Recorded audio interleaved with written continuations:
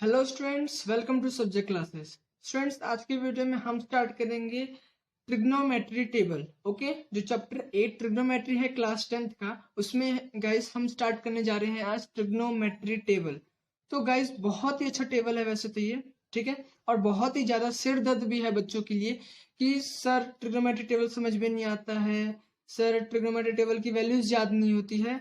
तो आज की वीडियो में सारे के सारे डाउट, सारे के सारे कंसेप्ट जो आपके क्लियर हो जाएंगे, सारे के सारे कंसेप्ट, ठीक है। तो इस वीडियो को चलिए स्टार्ट करते हैं। ट्रिग्नोमेट्री, सबसे पहले ट्रिग्नोमेट्री टेबल्स कराने से पहले मैं आपको कुछ बताना चाहता हूं। जैसे सबसे पहले देखो, ट्रिग्नोमेट्री टेबल स्टार्ट करने से पहले हम कुछ पढ़ना चाहते हैं, हम कुछ पढ़ते हैं कि पहले आप मुझको बताओ कि 1/1 की वैल्यू क्या होती है। 1/1 की वैल्यू आप मुझको बोलोगे कि सर 1 से 1 को डिवाइड कर दो 1 होती है। बिल्कुल ठीक है, ये बिल्कुल ठीक है। अब मैं आपको पूछता हूँ कि बताओ 0/1 की वैल्यू क्या होती है। बताओ जरा 0/1 की वैल्यू क्या होती है। तो इसकी वैल्यू होती है 0।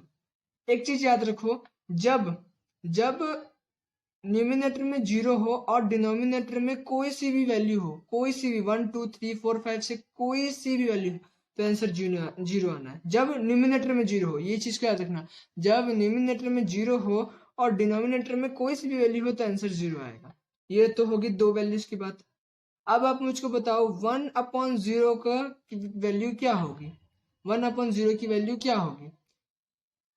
तो 0/1 की वैल्यू थी 0 और 1/0 की वैल्यू होगी नॉन डिफाइन। 1/0 की वैल्यू क्या होगी, नॉन डिफाइन, ND, नॉन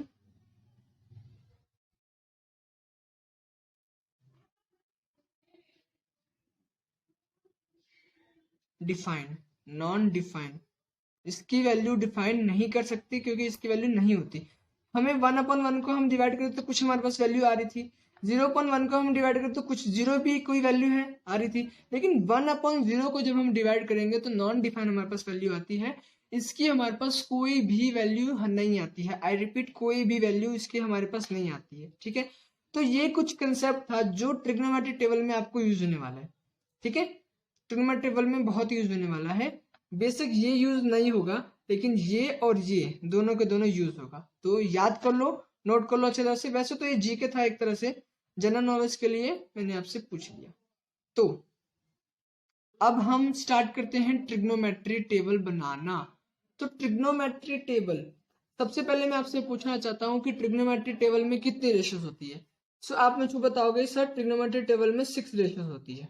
बढ़िया है, हाँ ठीक है, आप बिल्कुल ठीक हो कि ट्रिग्नोमेट्री टेबल में 6 रेशियोज होती है। अब आप मुझको बताओ कौन कौन सी होती है। तो आप मुझसे बोलोगे कि सर फर्स्ट तो होती है साइन, उसके बाद होती है कॉस, उसके बाद होती है टेन, उसके बाद होती है कॉसेक, ठीक है। जिन बच्चों को नहीं पता उन बच्चों को मैं बता देता हूँ, साइन का ऑपोजिट होता है कॉसेक, ठीक है। और अगर आपको नहीं पता है तो मेरे इंट्रोडक्शन पार्ट में आप जाके देख सकते हो, ट्रिग्नोमेट्री प्लेलिस्ट में आपको मिल जाएगा मेरे चैनल पे, ठीक है। कॉसेक ए, साइन ए का उल्टा होता है। और फिफ्थ वैल्यू क्या होती है, सिकेंट ए। और लास्ट सिक्स्थ वैल्यू क्या होती है, कॉट ए। तो ये तो आपने मुझको बताया कि 6 वैल्यूज होती है ट्रिग्नोमेट्री की, ठीक है। अब मैं आपसे पूछता हूं कि तो स्टूडेंट्स, ठीक है, 6 रेशोज होती है ट्रिग्नोमेट्री की, साइन, कॉस, टेन, कोसिकेंट, सेक, सिकेंट और कॉट। इतना समझ में आ गया, ठीक है। तो अब हम इन सारे के सारे रेशोज को लिखते हैं और इनकी value 0 degree, 30 degree, 45 degree, 60 degree and 90 degree in पर फाइंड करते हैं, ठीक है। तो चलिए लिखते हैं। सबसे पहले लिखेंगे एंगल्स। मैं ट्रिग्नोमेट्री टेबल आपको बता रहा हूं। सबसे पहले वाली हमारी वैल्यू होती है साइन ए। सबसे पहले क्या होता है, साइन ए। उसके बाद क्या होता है, कॉस ए, ठीक है। उसके बाद होता है कॉस ए, ठीक है। फिर उसके बाद हमारे पास होता है टेन ए। हमारे पास होता है टेन ए, ठीक है। अब देखो, इतना समझ में आ गया। तीन वैल्यू होगी साइन, कॉस और टेन। सबसे पहले मैं इन तीनों रेशो की वैल्यू निकालता हूं, ठीक है। तो देखो, सबसे पहले हम निकालते हैं 0 डिग्री पे, 30 डिग्री पे, 45 पे, 60 पे एंड 90 पे। क्लियर है बात अच्छी तरह से आप सबको? देखो, साइन ए की वैल्यू 0 डिग्री पे क्या होगी, इसको जानने के लिए मैं आपसे बोलता हूं कि 0 डिग्री के ऊपर लिखो 0, ट्रिक है ये। 30 डिग्री के ऊपर लिखो 1, 40 डिग्री के ऊपर लिखो 2, 60 के ऊपर लिखो 3 और 90 के ऊपर लिखो 4 और सबको 4 से डिवाइड कर दो।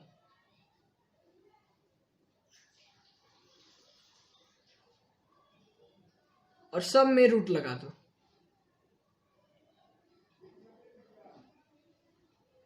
आगे समझ में अच्छी तरह से?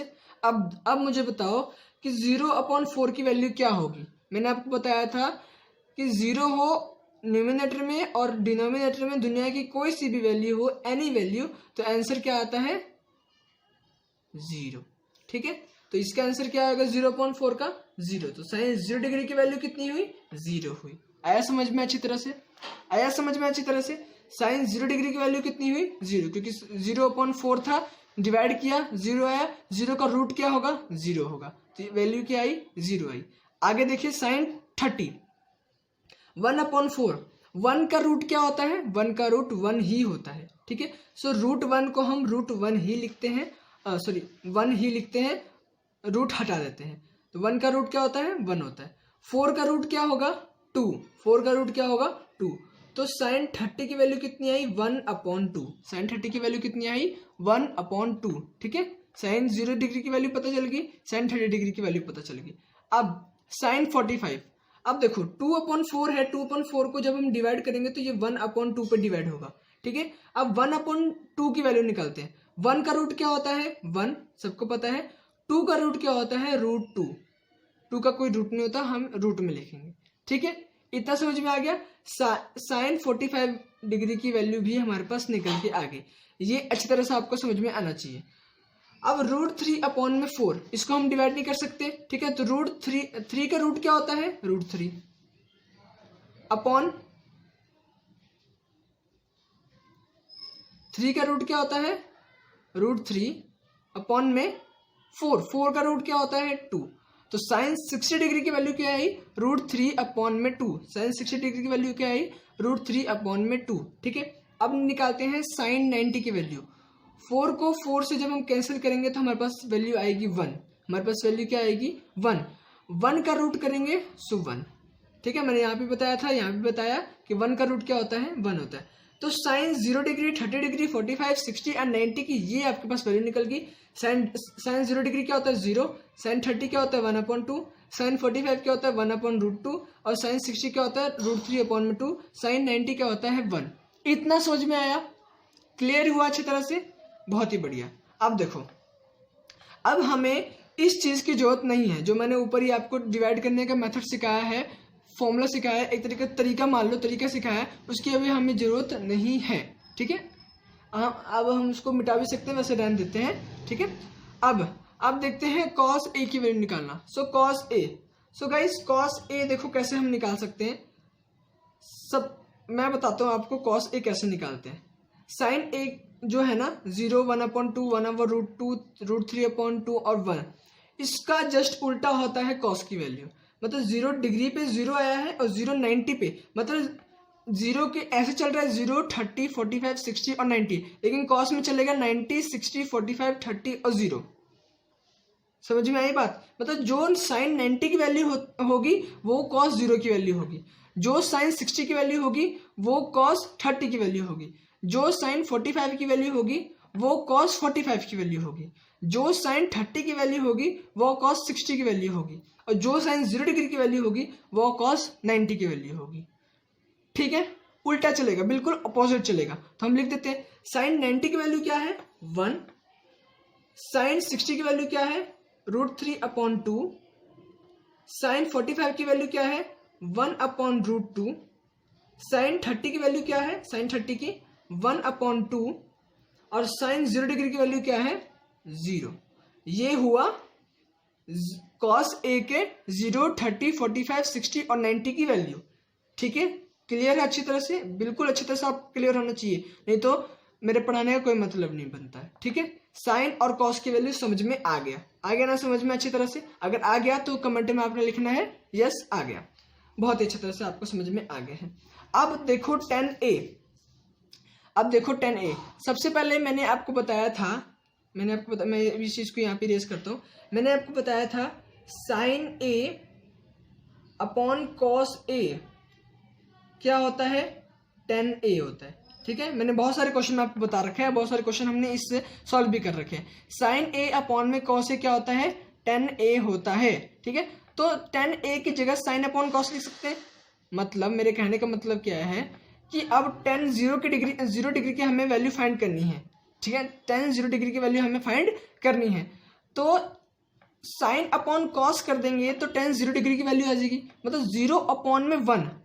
0/1 कर देंगे। 0/1 क्या होता है मैंने बताया था, न्यूमरेटर में 0 हो और डिनोमिनेटर में दुनिया की कोई सी वैल्यू हो तो 0 आंसर आता है। ठीक है, तो साइन 0 डिग्री की वैल्यू क्या आ गई 0। मैंने बताया आपको साइन अपॉन कॉस क्या होता है 10। ठीक है, तो साइन अपॉन कॉस कर दिया, साइन की जो वैल्यू थी और कॉस की वैल्यू थी इन दोनों को अपॉन कर दिया तो 10 की वैल्यू आ गई हमारे पास। अब देखते हैं 10/30 की वैल्यू। वैसे ही साइन ए अपॉन में कॉस ए करेंगे, सो साइन ए अपॉन में कॉस ए करेंगे, मैं अभी यहाँ से इस चीज को इरेज कर देता हूँ। ठीक है, साइन ए अपॉन में कॉस ए करेंगे तो क्या होगा, देखो 1/2 साइन ए की वैल्यू है अपॉन में √3/2। ठीक है, इस 2 से ये 2 कैंसिल हो गया।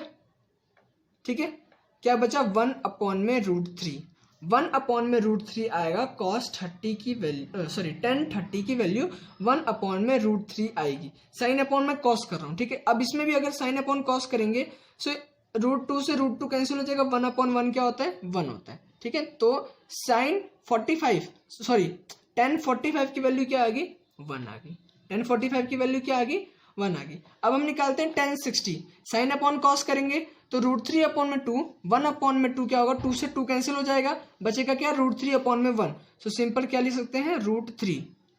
अब इतना समझ में आ रहा है कि नहीं? ठीक है, तो 10 अब 90 की वैल्यू निकालते हैं, ध्यान से देखो 10/90 की वैल्यू निकालते हैं।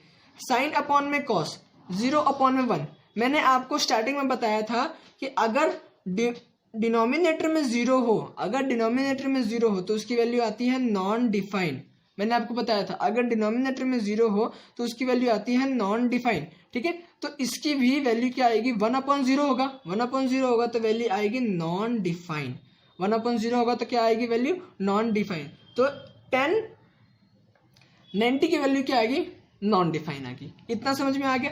देखो 3 sign A cos A 10A, ये तीनों की वैल्यू हमारे पास निकल के आ गई है विद, बहुत अच्छी तरह से आपको मैंने समझाया। ठीक है, अब देखते हैं हम कोसिकेंट ए की वैल्यू, जो साइन का अपोजिट होता है। ठीक है, अब देखते हैं गाइस कोसिकेंट ए की वैल्यू। देखो मैं इसको पूरा नीचे तक एक्सटेंड कर लेता हूं। अब हम देखते हैं कोसिकेंट ए,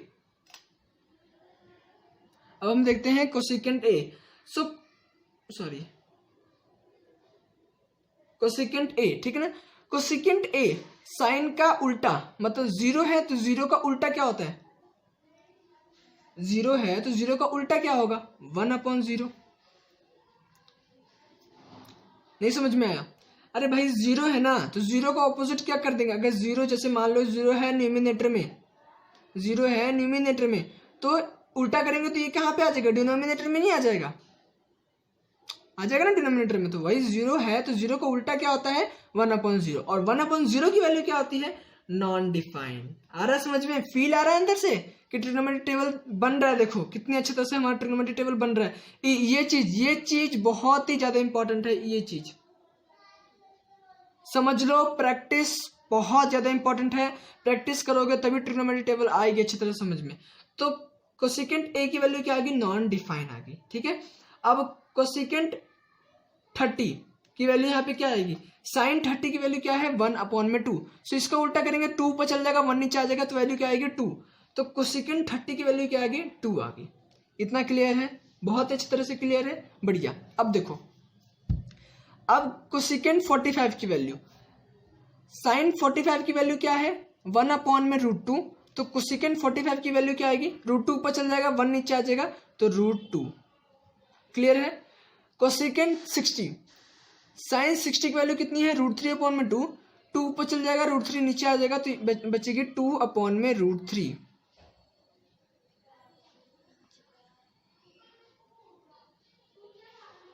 अब कोसिकेंट 90, साइन 90 की वैल्यू क्या है 1, कोसिकेंट 90 की वैल्यू क्या आएगी 1 ही आएगी, कोसिकेंट 90 की वैल्यू क्या आएगी 1 आएगी।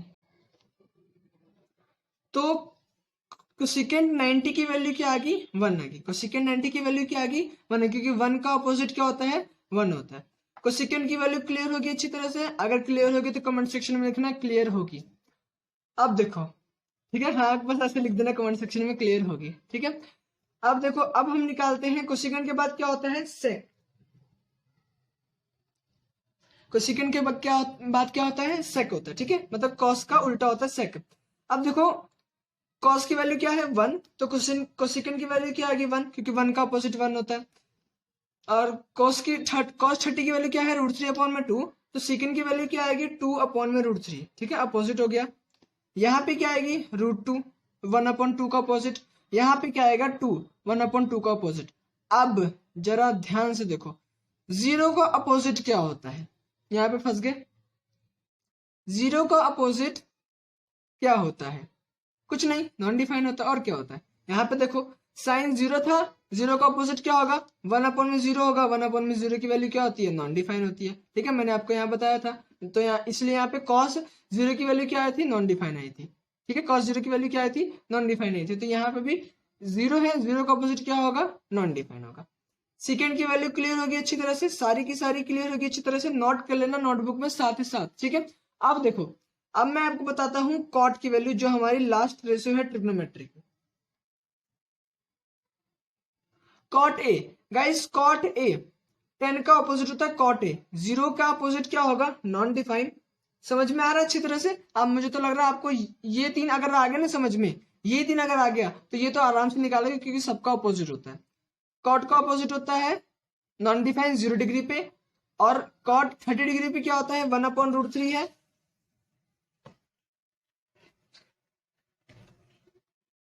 √3 होगा, ठीक है, 1/√3 है तो √3 होगा कॉट 30 पे। कॉट 45, कॉट 1045 क्या है 1, तो कॉट 45 भी क्या होगा 1 होगा। 1045 क्या है 1, तो कॉट 45 भी क्या होगा 1 होगा।